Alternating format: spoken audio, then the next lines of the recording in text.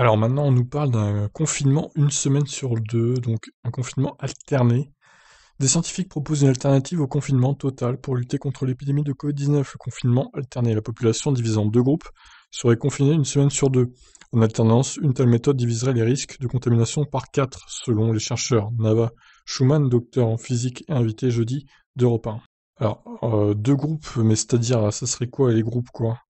La deuxième vague de l'épidémie du Covid-19 se poursuit en France depuis le 30 octobre. Un deuxième confinement est en vigueur sur le territoire et devait continuer jusqu'au début du mois de décembre, un minimum. Pourtant, l'impact sur les Français n'est pas le même qu'au printemps dernier. Selon une étude, 60% des personnes interrogées reconnaissent avoir transgressé les règles sanitaires, soit 27 points de plus qu'en mars-avril. Certains scientifiques proposent une alternative à un confinement total.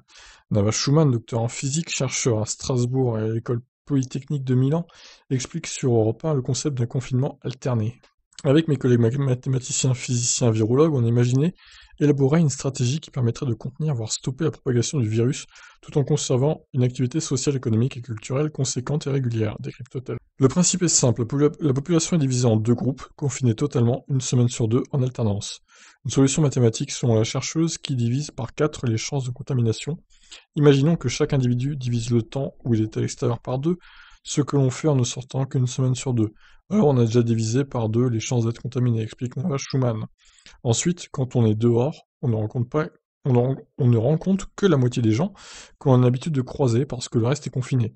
Ce qui fait qu'on a divisé par 2 encore, une fois par 2, soit par 4, la chance d'être contaminé. Autre aspect positif de cette solution à prendre en compte, le temps d'incubation de maladie.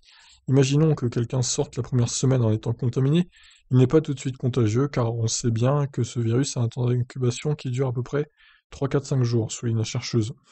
Ce qui veut dire qu'il peut continuer à travailler sans contaminer les gens autour de lui et qu'il ne va pas commencer à être contagieux que pendant la deuxième semaine où de toute manière il est confiné. Une méthode qui isolerait donc systématiquement les personnes contagieuses sans effort supplémentaire.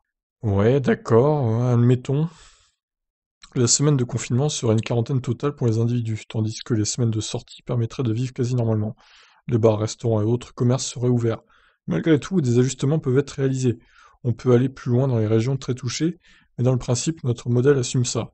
On a une activité complète pour la deuxième semaine, sur Nava Schumann. L'enjeu est d'éviter les contaminations au sein du foyer. Il s'agit donc de regrouper les personnes vivant ensemble sur la même semaine. On risque de se retrouver avec les groupes qui ne sont pas complètement égaux, mais ce n'est pas grave. La méthode tient quand même, précise la chercheuse. Un article devrait paraître prochainement dans la revue académique Nature Communication pour détailler davantage le concept.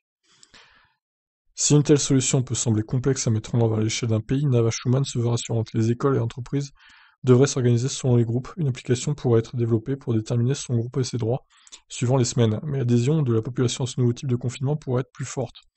On parle ici d'une méthode qui est déjà plus facile à accepter par la population parce qu'elle est rationnelle, logique, explique-t-elle. Psychologiquement, c'est plus facile de se dire ok, cette semaine je suis confiné, mais la semaine prochaine, je peux sortir pour faire mes courses et pour travailler, plutôt qu'avoir un confinement à durée indéterminée, conclut-elle. Bon, l'idée est pas folle, mais ça va être dur à mettre en place hein, quand même. Je pense que. Alors j'imagine que si on est en couple, les deux personnes du même foyer ne seraient confinées en même temps et seraient déconfinées en même temps. Ça serait le plus logique du coup. Mais alors dans ce cas, comment prouver que tu es en couple avec une personne hein? L'idéal aurait été de faire par ordre alphabétique, selon les noms de famille. Mais du coup, si t'es en couple avec une personne qui est dans la lettre S par exemple, et que toi t'es en A ou en B, bah c'est compliqué, tu vas être confiné pas en même temps qu'elle. Donc bon, c'est un peu fouillis cette stratégie. Ça a pas l'air idiot comme on s'est dit là, mais ça me paraît complexe à mettre en place quand même. Donc à voir, à réfléchir. Je ne sais pas si le gouvernement va annoncer d'autres mesures ce soir ou dans les jours qui viennent, mais je vous tiendrai au courant de toute façon. Bon, qu'est-ce que vous en pensez de ce confinement alterné, vous? Je vous laisse réagir, ciao.